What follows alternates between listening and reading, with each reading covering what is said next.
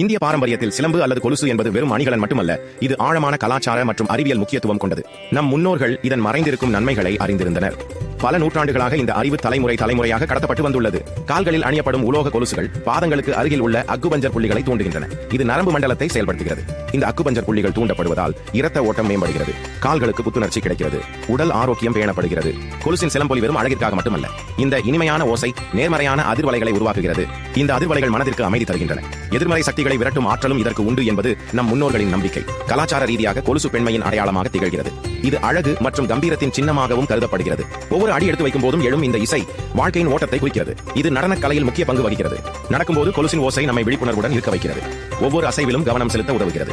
இந்த விழிப்புணர்வு தியானம் போன்ற ஒரு பயிற்சியாக கருதப்படுகிறது. மன ஒருமைப்பாட்டை வளர்க்க உதவுகிறது. இவ்வாறு கொலுசு என்பது ஆரோக்கியம், ஆற்றல் மற்றும் அழகு ஆகியவற்றின் கலவையாக திகழ்கிறது. இது வெறும் அணிகலன் மட்டுமல்ல, அறிவியலும் கலாச்சாரமும் இணைந்த ஒரு அற்புதமான பாரம்பரியம். நம் முன்னோர்களின் ஞானத்தை பறைசாற்றும் அடையாளம்.